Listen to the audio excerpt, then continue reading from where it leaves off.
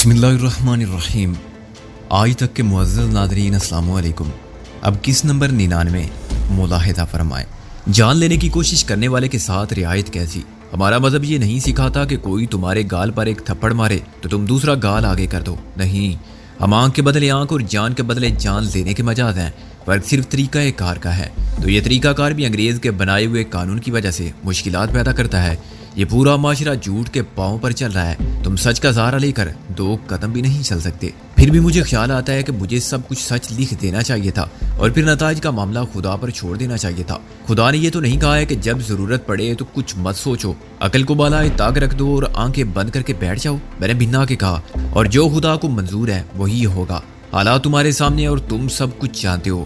تمہیں اچھی طرح معلوم ہے کہ تم نے خود کوئی غلط کام نہیں کیا، کسی کے خلاف زیادتی نہیں کی، قانون کا احترام کرتے رہے اور فرض کو مقدم جانا، کبھی رشوت نہیں لی اور اپنے اختیارات سے تجاوز نہیں کیا۔ آج جو کچھ ہوا وہ میرے اور تمہارے خلاف ایک مذموم سازش تھی۔ ہم نے عقل سے کام لیا اور بچ گئے۔ خدا جانتا ہے کہ ہم نے کوئی گناہ نہیں کیا۔ ایک بوجھ تمہارے ضمیر پر یہ ہے کہ مرنے والے کی بیوی کی نظر میں اس کے شوہر کو لے جانے والا ایسا ہی اکرام شیخ تھا، اور جب اسے علم ہوگا کہ وہ مر گیا ہے تو شاید وہ اکرام شیخ کو قاتل سمجھتی رہے گی۔ اس کے لیے تم اپنی پوزیشن کلیئر کرنا چاہتے ہو۔ میں سمجھتا ہوں کہ یہ تم اچھا کر رہے ہو اور اس لیے میں تمہارا ساتھ دے رہا ہوں۔ اچھا یار، شیخ نے گہری سانس لے کر کہا۔ تم کہتے ہو تو ٹھیک ہے۔ اس نے کک مار کے اسکوٹر کو سٹارٹ کیا، لیکن اب یہ نوکری اپنے بس کی نہیں۔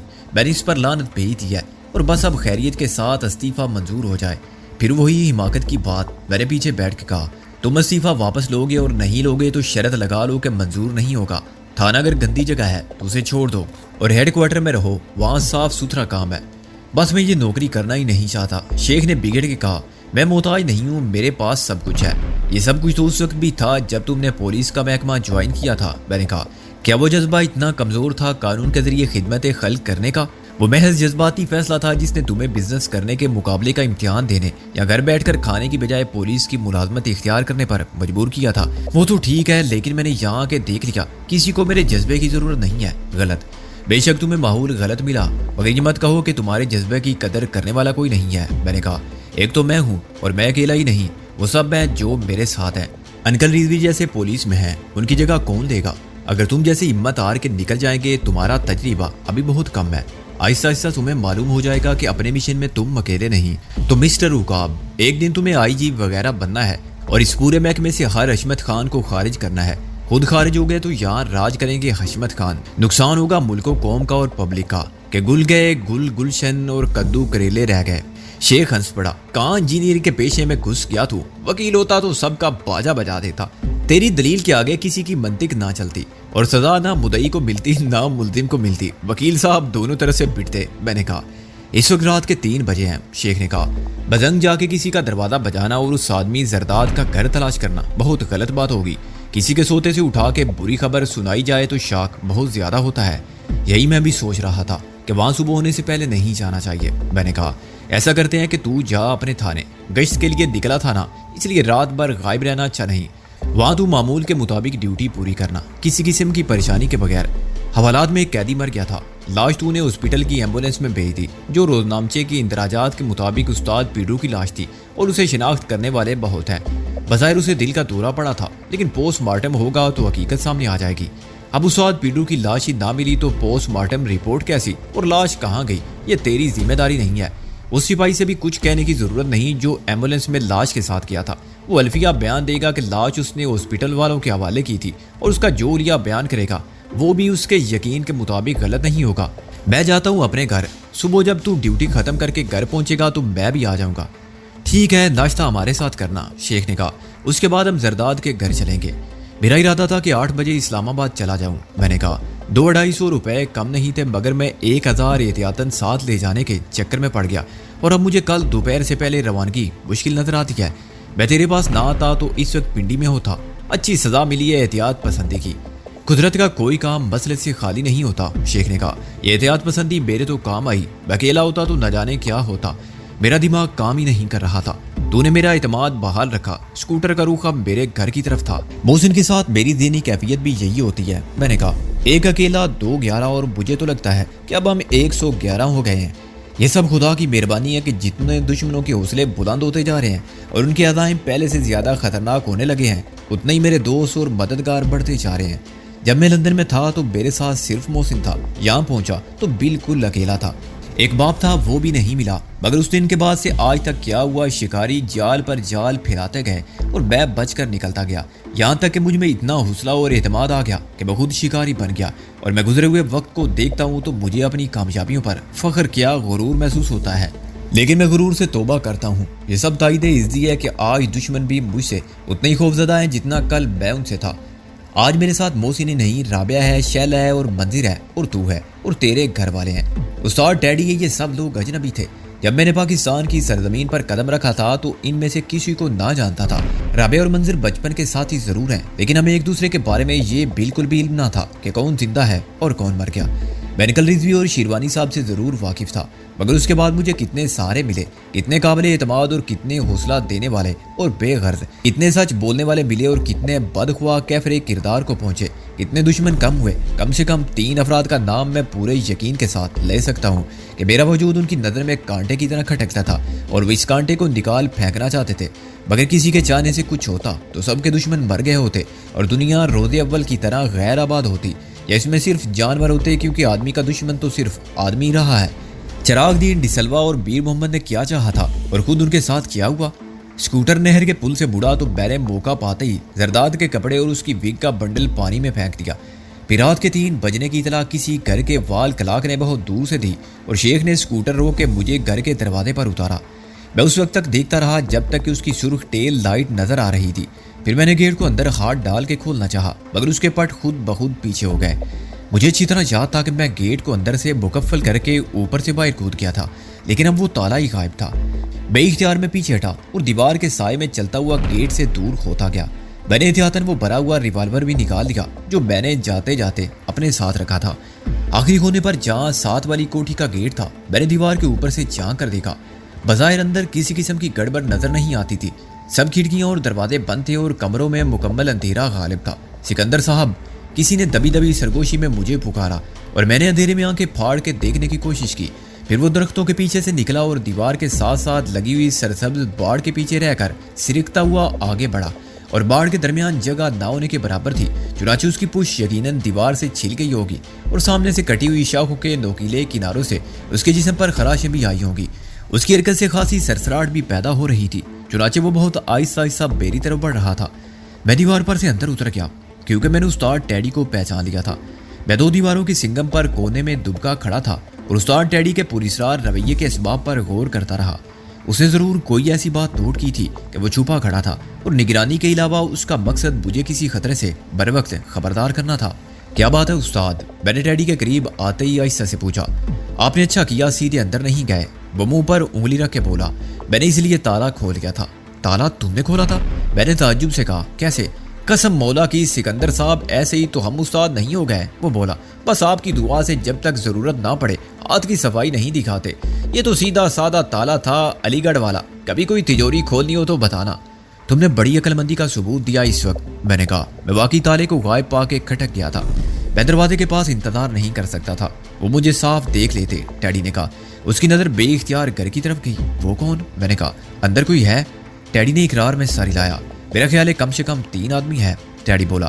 ایک ایک کر کے آئے تھے، میں نے دیکھ لیا ہے کہ پیچھے ایک کھڑکی کا شیشہ غائب ہے، اندھیرے میں پتہ نہیں چلتا، اندر سے پردے بھی برابر ہیں، لیکن ایک کھڑکی کھلی ہوئی ہے، تینوں اسی راستے سے اندر گئے ہوں گے۔ تم نے کسی کو پہچانا؟ میں نے پوچھا۔ نہیں جی، وہ بہت دور تھے، ٹیڈی نے کہا۔ اس اندھیرے میں تو آپ نے آواز سن کے ہی مجھے پہچانا ہوگا، مجھے ڈر تھا اس بات کا، میں نے کہا، اور میں گھر سے تو نکل گیا تھا کہ آج رات یہاں نہیں رہوں گا، اسلام آباد چلا جاؤں گا، لیکن واپس آنا پڑا۔ اب کیا ہم صبح تک اسی جگہ چھپے کھڑے رہیں گے؟ اگر کچھ کرنا ہے اپنے سکندر صاحب تو بس یہی وقت ہے، ٹیڈی مونچھوں پر تاؤ دے کر بولا۔ اندھیرے میں ہم بھی اندر جا سکتے ہیں اور ان کو دبوچ سکتے ہیں، ورنہ ان کا کیا ہے، وہ صبح ہونے کے بعد بھی اندر بیٹھے رہیں۔ ہاں، اندر ان کے لیے خطرے کی کوئی بات نہیں ہے، میں نے تسلیم کیا۔ وہ اچھی طرح جانتے ہوں گے کہ سوائے میرے فی الحال کسی کے گھر آنے کا کوئی امکان نہیں ہے، اور میں کب تک نہیں آؤں گا۔ وہ انتظار کر سکتے ہیں، اندر ان کی ضرورت کا ہر سامان ہے، کھانے پینے کا اور آرام کرنے کا جلدی کوئی ضرورت نہیں ہے، لیکن ہم تو صبح کی روشنی پھیلتے ہی صاف نظر آ جائیں گے، ٹیڈی نے مضطرب لہجے میں کہا۔ کیوں آئے ہیں یہ لوگ جی؟ استاد بولے۔ میں نے کہا، چور ہوتے تو مایوس ہو کر لوٹ چکے ہوتے، اب تک جو بیٹھے ہیں صرف سکندر بخت کے منتظر ہیں۔ پھر بتائیں آپ، اندر جا کے برتھا بنا دوں ان کا؟ قسم مولا کی گاجر مولیاں سسرے، اس نے ایک دم خنجر نکال دیا۔ بس اتنا غصہ ٹھیک نہیں، چالاک دشمن کا مقابلہ طاقت سے نہیں کیا جا سکتا۔ ہماری صحبت میں رہ کے ابھی تک تم نے اتنا بھی نہیں سمجھا۔ میں نے کہا یہ خنجر رکھ لو، جہاں تک میرا خیال ہے یہ لوگ تمہیں نہیں پہچانتے ہوں گے، لیکن میرا خیال غلط بھی ہو سکتا ہے استاد۔ آپ بولیں جی کرنا کیا ہے؟ ٹیڈی کے جذبہ شجاعت میں خنجر رکھ لینے کے باوجود کمی نہیں آئی تھی۔ تم یہ کرو کہ اطمینان سے ہوشیار خبردار کی صدا لگاتے اندر جاؤ۔ میں نے کہا یوں جیسے تم اس علاقے کے چوکی دار ہو۔ اندر وہ یقیناً پریشان اور حیران ہوں گے کہ چوکی دار اندر کیوں آیا، لیکن سمجھیں گے یہی کہ ایس پی کا گھر ہے، اور وہ جاتے وقت چوکی دار کو بطور خاص گھر کا خیال رکھنے کا کہہ کر گئے ہوں گے۔ چوکی دار اب دوسرے گھروں کا خیال رکھے نہ رکھے اس گھر کی طرف سے غافل نہیں ہوگا۔ تم سامنے سے شروع کرو، ہر دروازے کو ٹھوک بجا کے اور ہلا جلا کے دیکھو۔ جیسے جیسے تم اس کھڑکی کی طرف بڑھو گے ان کی تشویش میں اضافہ ہوگا۔ وہ اندر سے کنڈی لگائیں گے اور انتظار کریں گے کہ تم چیکنگ سے مطمئن ہو کے دفع ہو جاؤ، اور تم بالکل یہی کرنا، یعنی اگلی کھڑکی یا دروازہ دیکھ کے اسی طرح صدا دیتے نکل جانا۔ اس وقت تک میں کھڑکی کے عین نیچے پہنچ جاؤں گا۔ مجھے امید ہے کہ تمہارے جاتے ہی کوئی کھڑکی پھر کھولے گا اور اپنے اطمینان کے لیے سر نکال کے دیکھے گا۔ اس کے بعد میں سنبھالوں گا، میں بھی چکر لگا کے پھر پیچھے پہنچ جاؤں گا۔ ٹیڈی نے میری اسکیم سے اتفاق کیا۔ قسم مولا کی دونوں مل کر ان کا برتھا بنا دیں گے۔ ان کی تو اس نے کہا اور دیوار پر سے باہر کود گیا۔ صورتحال کی سنگینی کے باوجود مجھے ہنسی آئی۔ استاد ٹیڈی کے لیے شاید یہ عملی آزمائش کا پہلا موقع ہوگا۔ اب تک تو اس نے مولا کی قسمیں کھانے اور ساری دنیا کا برتھا بنا دینے کے زبانی عزائم کا اظہار کرنے کی سوا کچھ نہیں کیا تھا۔ چند منٹ بعد میں نے استاد ٹیڈی کی دبنگ آواز سنی، جو اونچا بولنے کی وجہ سے پتلی اور کسی حد تک مضحکہ خیز ہو گئی تھی۔ وہ بڑے سر میں سزا لگا رہا تھا اور یوں لگتا تھا کہ جاگتے رہو، ہوشیار رہو اور خبردار رہو کہ بول گا رہا ہے۔ اصل چوکیدار کی آواز میں جو کرختگی اور کرارا پن ہوتا ہے اور جو ہر رات صدا لگانے کی مشق سے آتا ہے، وہ ٹیڈی کی آواز میں مخفول تھا، لیکن اس فرق کو صرف میں ہی محسوس کر رہا تھا۔ دوبارہ اپنی سریلی آواز میں چلا کے کھنکارا اور کوٹھی کے اندر داخل ہوا۔ اس نے پورے اطمینان کے ساتھ سامنے کے دروازے ہلا کے بلکہ جھنجھوڑ کے دیکھے۔ جب وہ پیچھے کی طرف بڑھا تو میں جاڑیوں سے تیر کی طرح نکلا۔ مجھے یقین تھا کہ اب جو لوگ اندر ہوں گے غیر شعوری طور پر اس کھڑکی کی طرف لپکے ہوں گے جس میں سے وہ اندر گئے تھے، چنانچہ وہ مجھے نہیں دیکھ سکیں گے۔ ٹیڈی دائیں طرف سے گھوم کر گیا تھا، میں بائیں طرف سے گیا۔ بورڈ کرتے ہی میں اتنا نیچے جھک گیا کہ مجھے چاروں ہاتھوں پیروں پر آہٹ کے بغیر کسی جانور کی طرح دوڑنا پڑا۔ میں نے ٹیڈی کو سامنے سے آتے دیکھا اور اس نے چند سیکنڈ قبل ٹوٹے ہوئے شیشے والی کھڑکی کے نیچے پہنچ گیا۔ میرے کانوں نے واضح طور پر اندر سے چٹکی کے چڑھائے جانے کی ہلکی سی آواز سنی۔ میں دیوار سے چپکا ہوا سانس روکے چوکھٹ کے عین نیچے اس چیتے کی طرح بیٹھا تھا جو شکار پر جس لگانے کے لیے تیار ہو۔ ٹیڈی نے اس کھڑکی کو بھی تھوڑا سا ہلایا اور اگلی کھڑکی پر چلا گیا۔ اس کے بعد ایک دروازہ تھا، پھر آخری کھڑکی اور تقریباً بورڈ کے پاس اسٹور کا دروازہ۔ ٹیڈی نے صدا لگائی اور گھوم گیا۔ اب میں بالکل تیار تھا کیونکہ ٹیڈی دوسری طرف کے کھڑکی دروازے چیک کر رہا تھا۔ جدھر سے میں آیا تھا اب کسی بھی لمحے کوئی کھڑکی کھول کے جھانک سکتا تھا۔ اچانک میرے کانوں نے چٹکی کھولے جانے کی ہلکی سی آواز سنی۔ میں چوکنا ہو گیا۔ سر اٹھا کے دیکھنے پر مجھے ایک سایہ سا دکھائی دیا جو کھڑکی کے چوکھٹے سے باہر نکلا ہوا تھا، چلا گیا، اور کسی نے سرگوشی میں کہا۔ میں بجلی کی طرح اٹھا اور میرے ہاتھوں نے ہلکا بنا کے باہر جھانکنے والے کی گردن کو شکنجے کی طرح کس لیا۔ پھر میں نے آگے کی طرف جھٹکا دیا اور وہ کھڑکی سے سیدھا باہر آیا۔ یہ عملہ اتنا غیر متوقع تھا کہ وہ اپنے دفاع میں کچھ نہ کر سکا۔ اس کے حلق سے او کی آواز نکلی۔ میں نے دھوبی پٹکنے کے انداز میں اس کو کندھے پر سے گزار کر زمین پر دے مارا، لیکن وہ بلا کا پھرتیلا آدمی تھا کہ گرتے ہی اس نے کلابازی کھائی اور پلک چپکنے میں اٹھ کر میرے مقابل آ گیا۔ مجھے معلوم تھا وہ اکیلا نہیں ہے۔ اس نے چوکیدار کے چلے جانے کے بعد کسی سے بات کی تھی، اور خود ٹیڈی کا اندازہ بھی یہی تھا کہ اندر 2 یا 3 آدمی موجود ہیں۔ چنانچہ میں دوسروں کی طرف سے بھی غافل نہ تھا۔ میں نے تھوڑا سا پیچھے ہٹ کر اپنے حریف کو سامنے آنے کی دعوت دی۔ میرا مقصد تو کھڑکی سے دور ہونا تھا تاکہ پیچھے سے کوئی مجھے دبوچ نہ لے۔ اس نے اپنے بھاری بھرکم وجود پر انحصار کرتے ہوئے خود کو مجھ پر پھینک دیا اور سخت اناڑی پن کا ثبوت دیا۔ میں اچھل کر ایک طرف ہو گیا اور وہ اپنے ہی زور میں منہ کے بل گرا۔ اگر وہ مجھ سے ٹکرا جاتا تو یقیناً دیوار سے تصادم میں میرا جسم پتے کی طرح چپٹا ہو جاتا۔ خود اسے امید ہوگی کہ میں جوابی حملے کے لیے تیار نہ ملوں گا، کیونکہ وہ کسی دبا کے چھوڑ دیے جانے والے اسپرنگ کی طرح میری طرف آیا تھا۔ دوسری بار منہ کے بل گرنے سے اس کی ہڈی پسلی ایک ہو جانا چاہیے تھی، مگر وہ اتنا ہی الرٹ تھا۔ پھر اٹھ کر کھڑا ہوا اور اٹھتے اٹھتے اس نے میرے گھٹنے پر ہاتھ مارا۔ ایک لمحے کے لیے تو مجھے یوں لگا جیسے گھٹنے کی اوپر کی گول اور نرم ہڈی ٹوٹ کے گیا۔ درد کی لہر سے میری آنکھوں کے سامنے اندھیرے میں جگنو جھلملانے لگے اور میرے وجود کی عبارت کو سہارا دینے والا ایک ستون ہلنے لگا۔ میں نے دوسری لات گھما کے اس کے پیٹ پر ماری۔ وہ ضرب کی شدت سے بے اختیار دورا ہوا اور میں نے اسی پیر کو اٹھا کے گھٹنا مارا جو اس کی ٹھوڑی کے نیچے لگا۔ وہ پیچھے الٹ گیا۔ اسی وقت میں نے ٹیڈی کو دوڑ کر آتے دیکھا. وہ یوں چھرا لہراتا ہوا آ رہا تھا جیسے اس کے ہاتھ میں شمشیر بے نام ہے اور وہ کسی لشکر کی کمان کر رہا ہے جو غنیم کو تیگ کرنے کے لیے جوش سے نعرہ لگاتا گھوڑے دوڑاتا میدان کارزار کی جانب بڑھ رہا ہو. قسم مولا کی آج کوئی سالہ بچ کر نہیں جا سکتا. اس نے قریب آ کے ببانگے دوہل کہا لیکن دشمن کے اس مورچے یا کمیگاہ کو بھول گیا جس کے سامنے ابھی تک میری صرف ایک حریف سے 10 بدس جنگ چل رہی تھی. کھڑکی میں سے ہاتھ نکال کر کسی نے اس کے سر پر کوئی چیز ماری. مجھے بعد میں معلوم ہوا کہ وہ پیتل کی ایک منقش تھالی تھی جو دیوار پر ڈیکوریشن پیس کے طور پر استعمال ہو رہی تھی. استاد ٹیڈی کے الگ سے عجیب سی آواز نکلی اور تھالی کی میوزیکل گونج کے ساتھ ہی وہ بد سے نیچے گرا اور بالکل ساکت ہو گیا. اسی وقت کھڑکی سے آنے والی سرچ لائٹ جیسی تیز اندھا کر دینے والی روشنی میرے منہ پر پڑی. بس کسی نے باری بیٹھی ہوئی آواز میں کہا میرے ہاتھ میں ریوالور ہے, ہاتھ اوپر اٹھا کے کھڑے ہو جاؤ بالکل سیدھے. میں نے تعمیل کی اور خنجر کا خیال چھوڑ کے اپنی جگہ پر ساکت ہو گیا. وہ شخص جو میرے مقابلے پر اترا تھا بلکہ جسے خود میں نے مقابلے پر گھسیٹ لیا تھا اب احمقوں کی طرح آلتی پالتی مارے بیٹھا تھا اور اپنا سر سہلا رہا تھا. ٹارچ کی روشنی اس کے چہرے پر پڑی تو میں نے اس کی طرف غور سے دیکھا. وہ میرے لیے اجنبی تھا اور کسی سانڈ کی طرح مضبوط جسم کا مالک تھا. اس کی جگہ کوئی اور ہوتا تو اتنے مقابلے کے بعد چیت ہو جاتا لیکن وہ سخت جان بھی تھا اور کچھ لڑنے بڑھنے کا ماہر بھی. کھڑکی میں سے دوسرا شخص آہستہ آہستہ باہر آیا. اس نے ٹارچ ایک ہاتھ کی گرفت میں رکھی اور ریوالور کو دائیں ہاتھ میں پکڑے ہوئے ایک ٹانگ نیچے لٹکائی. کون ہو تم ٹارزن کی اولاد, وہ بولا. پھر ایک غیر متوقع اور کسی حد تک موسیقہ خیز بات ہوئی. استاد ٹیڈی تڑپ کر بولا اور اس نے اندر سے اترنے والے کو ٹانگ پکڑ کے پوری قوت سے گھسیٹ لیا. وہ بڑے عجیب طریقے سے باہر گرا. خود بخود اس کے ہاتھ سے ٹارچ چھوٹ گئی اور چند فٹ دور جا گئی. اس کی روشنی دیوار پر ایک دائرے کی شکل میں پڑنے لگی. قسم مولا کی میں نے کہا تھا نا کہ کوئی استاد ٹیڈی کی آواز آئی. ابھی مجھے استاد ٹیڈی کی حاضر دماغی پھرتی اور اداکاری پر حیران ہونے کا موقع بھی نہ ملا تھا کہ حریف اول نے ایک دم پیچھے سے آ کے اس کے سر پر وہی ٹارچ دے ماری جو اس کے قریب گری تھی.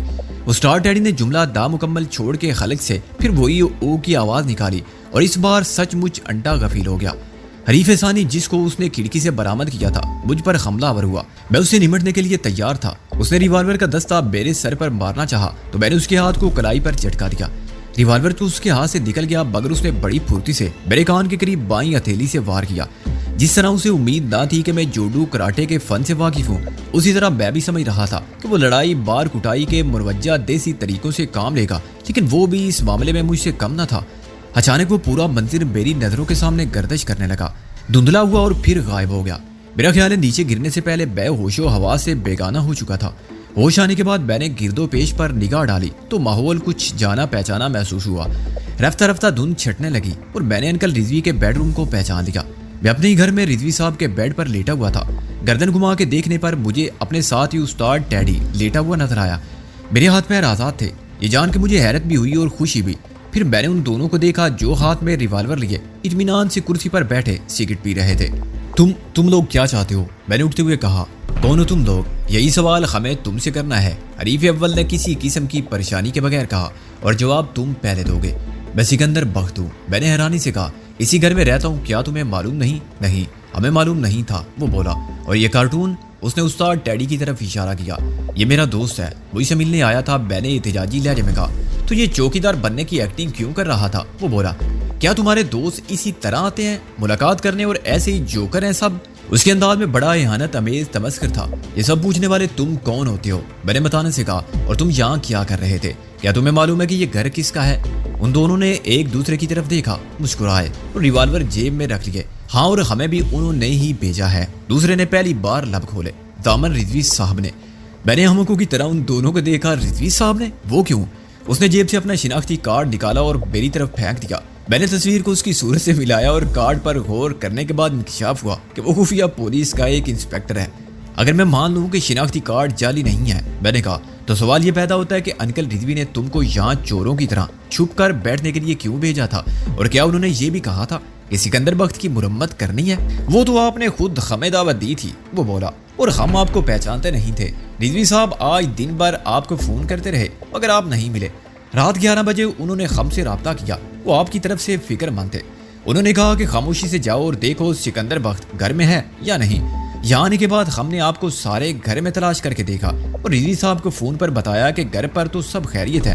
دراصل انہوں نے کہا تھا کہ گھر میں کوئی غیر معمولی بات محسوس ہو تو ان کا مطلب ہوگا میری لاش پڑی ملے گی یا توڑ پھوڑ مار پیٹ یا خون خرابے کے آثار ملیں گے۔ میں نے کہا جی، ان کا مطلب ہم نے اچھی طرح سمجھ لیا تھا۔ وہ بولا ہم جانے ہی والے تھے کہ ہمیں ایک شخص باہر بڑے مشکوک انداز میں داخل ہو کے چھپتا نظر آیا، پھر ہمیں رکنا پڑا۔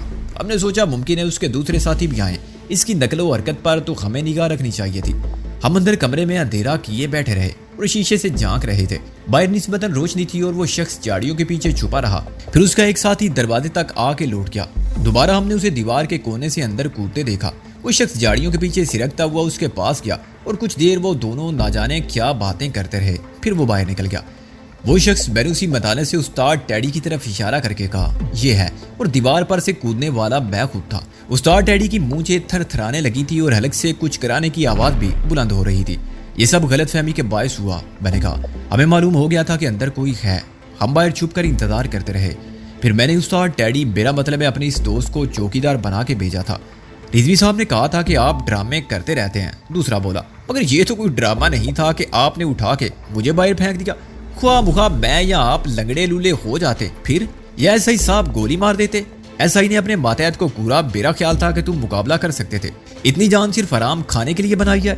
اچھا اب آپ لوگ بیٹھیں، میں نے اٹھتے ہوئے کہا۔ خوشی کی بات یہ ہے کہ کسی کا نقصان نہیں ہوا، میں چائے بنا کے لاتا ہوں، میرا یار ہوش میں آنے لگا ہے، اسے بھی سمجھا دینا کہ سب خیریت ہے۔ لیکن وہ دونوں میرے ساتھ ہی اٹھ کھڑے ہوئے۔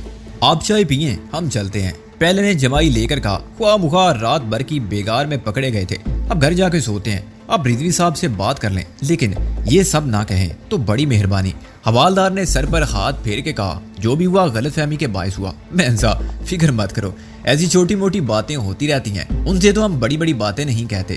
جب میں چائے بنا کے لوٹا تو استاد ٹیڈی کے ہوش و آواز میں سے ہوش بحال ہو چکے تھے۔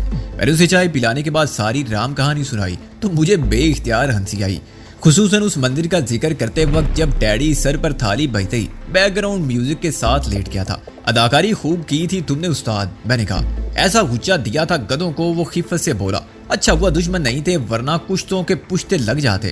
میں اس کی حوصلہ شکنی نہیں چاہتا تھا، لیکن چائے پیتے پیتے مجھے وہ منظر یاد آیا جب وہ خنجر کو تیغے آبدار کی طرح لہراتا آ رہا تھا تو مجھے پھر ہنسی آئی۔ غلط فہمی نے بھی کیا تماشا دکھا دیا۔ میں نے اسے مزید خفت سے بچانے کے لیے کہا۔ میں نے اسے اس رات کے دوران میں پیش آنے والے واقعات کے متعلق کچھ بھی نہیں بتایا تھا اور ابھی تک اسی تذبذب کا شکار تھا کہ جو بات ابھی تک میرے اور شے کے سوا کسی کو معلوم نہیں، کیا وہ ٹیڈی کو بتانے سے مجھے کوئی فائدہ ہو سکتا ہے؟ مجھے اسلام آباد جا کے یہ سب کچھ رابعہ کو اور محسن کو تو بتانا ہی تھا۔ استاد ٹیڈی کام کا آدمی تھا، اس نے ایک ہنگامی صورتحال میں میری مدد کی تھی اور ایسے گواہ فراہم کیے تھے جو ثابت کر سکتے تھے کہ عبدل اور شیدے کے قتل کی واردات کے وقت میں ان کے ساتھ تھا۔ یہ ضرورت مجھے پھر پیش آ سکتی تھی۔ گزشتہ رات کا بندوبست تو عبد الودود مندر نے کر دیا تھا، اس کا یہی احسان بہت تھا۔ آج کی رات میں کہاں رہا اور کیا کرتا رہا، اس کے گواہ بھی ہونے چاہیے۔ ظاہر ہے سچ بولنے کی گنجائش نہ میرے لیے رہی تھی اور نہ شیخ کے لیے۔ جھوٹ کا مقابلہ جھوٹ ہی سے کیا جا سکتا تھا۔ کون جانے کل میرے لیے یہ ثبوت فراہم کرنا مسئلہ بن جائے کہ میں رات بھر کہاں رہا تھا اور کس وقت کیا کر رہا تھا۔ خود انکل رضوی مجھ سے پوچھ سکتے تھے کہ برخوردار گھر سے کہاں غائب تھے۔ کیا سوچ رہے استاد سکندر اعظم؟ ٹیڈی نے کہا۔ میں سوچ رہا تھا کہ انکل نے بار بار مجھے فون کیوں کیا تھا۔ میں نے اصل بات چھپاتے ہوئے کہا، مجھے اسلام آباد فون کر کے معلوم کر لینا چاہیے، خدا کرے وہاں خیریت ہو۔ میرا بھی سلام دینا شیلا باجی کو، وہ بولا، اور محسن بھائی کو بھی۔ میں ٹیلی فون کرنے کی غرض سے ہی دوسرے کمرے میں گیا تھا، لیکن ریسیور اٹھانے کے بعد مجھے اندازہ ہوا کہ لائن تو ڈیڈ ہے۔ میں نے پورے محکمے پر لعنت بھیجی اور ٹیلی فون کے پروگرام کو صبح پر ملتوی کر کے لوٹ آیا۔ یہ ناممکن تھا کہ اس وقت جب بیٹی دین سونے والے کسی خواب کے کلائمیکس کا فلمی انجام دیکھ رہے ہوں گے، میں انہیں جگا کے کہوں کہ جناب مجھے ٹیلی فون کی خرابی کی شکایات درج کرانے کے لیے آپ کے گھر سے فون کرنا ہے۔ وہ زبان سے کچھ نہ کہتے لیکن دل ہی دل میں گالیاں دیتے کہ میاں 5-10 منٹ بعد آتے تو کیا تھا۔ میں منہ لٹکائے واپس آیا تو ٹیڈی نے پوچھا، خیریت تو ہے اپنے سکندر صاحب؟ ہاں، بس فون مرا پڑا ہے۔ میں نے کہا، اب صبح ہونے والی ہے، بلکہ ہو گئی ہے۔ میں تم سے کچھ کہنا چاہتا تھا، جو کچھ ابھی ہوا اس کی تو کوئی اہمیت نہیں ہے، اس سے پہلے بہت کچھ ہو چکا، بڑی گڑبڑ والی بات ہے۔ پھر کوئی کسی قاتل کو مقتول بنا دیا کیا؟ ٹیڈی نے سوچتے ہوئے کہا، یار تم نے بھی خواہ مخواہ اپنی جان کو روگ لگا رکھے ہیں۔